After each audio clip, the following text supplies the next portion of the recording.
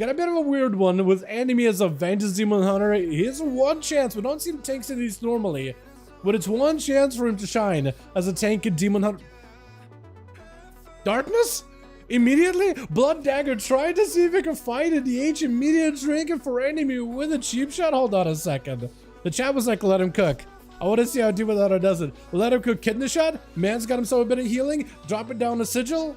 Blood is back in the advantage, trying to see if he can find him. Does get the pretty big leaps, and the sepsis does do quite a bit of damage. Blood, are you playing with a mastering chance on your weapons? It's going to be a metamorphosis out of the enemy. Does get himself a short charge. Sigil onto Blood, starting to do a bit of damage. Illidan's grasp, what is this going to do? Stun the guy, does knock him for a second with a Sigil of Fear. Fell dead right afterwards. I don't really know what the Demon Hunter tool, like a tank Demon Hunter PvP toolkit is like. Cloaker shadows immediately as enemy trying to see if he can bail out. Is able to fly up in the air. Although tank Demon Hunters have access to barrage. When? Since when? What is happening? Dropping down the Silent Sigil, does not get the rogue out. Looks like a dot is ticking down on him. Got himself Sigil of Change, should be able to see Blood as the kidney shot comes out. Is this over? Is this done with? Blood just sees like a global or two secret technique for like a second into a Sigil of Fear. Does enemy have a chance to recover here? Does he play Cheat Death is the question. He does have himself what looks like a brand. Does try to go in for maybe a stun. I don't even know if it was a stun. Fell down. Actually picking up a little bit of health. Blind right after for Blood. Is that the Cheat Death right now, or is it just like a random proc? This is why, chat, normally we don't have tanks in these, just because it usually ends up being like a battle of attrition, like a super drawn out battle. Blood trying to see if he can crack past those defenses, does get himself secret technique, and we're 2 minutes into the duel as Tan gonna be up next, swapping over from the rogue onto the DH instead. Got himself a flaming blade as well as like a blue blade. I kind of like what he's got going on. Blood having to go for a bit of reset, did not commit too many cooldowns against a Demon Hunter, but I think for the most part he was he should have some stuff to work with here. Over on the team one, we got us this Mommy Salami. I like the mog, I like the look. We got us his rep as well as chill kills on the warrior as well as Mac. Actually, lots of magic classes are for the team one as well as one lone warrior. Arcane versus rogue, it's like a mage and a hunter sad roll. All good vegetables. All good, all good. I'm actually surprised that Vengeance Demon Hunter does actually have like even a smidge of a bite to it. And the healing you got going on too, it's actually not terrible either. Imprisoned onto Blood with a Sigil of Fear. Tan got Blood completely locked out. This is an opportunity for him to make a big play. I-Beam does proc Metamorphosis. Big blade dance does not get the cleave that he needed in order to amplify the damage of the dance. It's going to be a quick blind onto Tan. Got himself blanching mobility. Should be able to use Sigil or Sight rather to find Blood really quickly. Stun right after. No more kidney shot or murder chicken available. That's going to be full sepsis. Cheap shot. Does see himself a big go. Evasion up for the rogue. That's an opportunity for Trent to maybe do some kind of chaos damage to break past the evasion. If he can do it, he'll be just fine. There goes a full stun. Nothing he can really do about it. I think the blade dance doesn't have taken. It's going to be Cheat Death and is able to bust through Cheat Death so quickly. Tan does end up taking him out with Mommy Salami with Windwalkers recently buffed up. Is going to be up next. Monks right now. We didn't really get to see too many of them yesterday on the EU.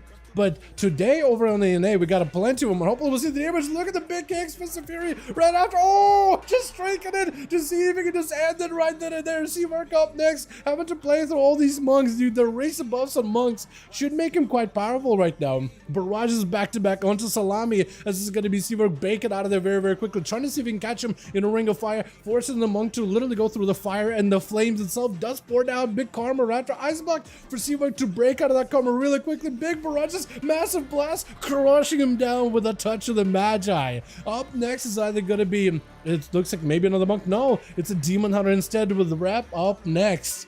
My goodness, Seamark yesterday, or not yesterday, it feels like we did those duels yesterday on NA. But over on the NA last week, he did fight against quite a few Demon Hunters, especially Parasite. I keep calling him Para, but it's Parasite. Because every time I say Para, I almost think like Paralyze, like in cap. For monks, the paralysis they do, I don't know what it is, but Parasite was quite a hurdle to get through. Big hunt. Oh, Parasite was a hurdle, but Rep definitely put it on a show. But I think it's just after so many duels last week that Seavark had to fight against Demon Hunters, he figured them out. He's like, okay, I gotta knock him out of their darkness immediately, blast them as soon as they're out in the open. As soon as I have line of sight of the guy, when the Demon Hunters are not zooming all over the place, blasting him out with everything you got. Ring of Fire and Ring of Frost onto Mac cannot really approach Seavark, taking consistent damage. Either gonna get himself frozen or on fire if he tries to approach. Has to play defensively, which gives Seavark an opportunity to go for shift and power to recollect some of his cooldowns little by little. Seavark just a mage version of Grifka? You think so? Wait, hold on a second. You mean like in terms of the amount of wins he gets? Knock back into Mac with a barrage right after. He's going to be a port as the root comes out. It's trapped in a ring of fire. Wants to leave it. It's going to go for the ports back to back. Arcane Surge doesn't quite connect. And there's plenty of mobility for the monk, but Seavark is quick on the draw with those blinks, trying to see if he can reposition. Mac does catch him in a para. That's a touch of the magic though. Mac does have a karma. Might have to go and use it. That is going to be actually not touching the magic. It's just missiles. I guess there's maybe just a missile tier set proc, knocking him right in the Ring of Frost, which is so perfect. Does give an opportunity to establish a Ring of Fire. Mac cannot relieve this all that easily. Is gonna go for the roots, trying to see if he can run through it. Got himself damp and harm to reduce some of the damage taken. Leg Sweep onto Seavark, has himself no immunity. Lost the damage by Mac. That's a lot of opportunity to maybe make some kind of play versus Seavark. Seavark does get Mac super low. Karma has been used to Seavark. Just trying to get himself in a bit of a better spot. That's gonna be Arcane Sphere. Does go to knock Mac with a root right after touching the magic to follow. Got himself blast back to back. Mac looks to give it back behind the pillar, and that's an opportunity for Seavark to maybe go for a bit of recovery. Mac looking for as much to the miss as possible. Touch of the magic is still going to collapse on him, not doing nearly as much damage as it could have, since Seavark had to play more defensively, back it up and go in a retreat. Is trying to see if he can get himself some procs for some damage, sitting down for a bit of mana. Got himself plenty of missiles into Mac. Mad damage. Oh my goodness, was that just a missile? Drilled the guy down?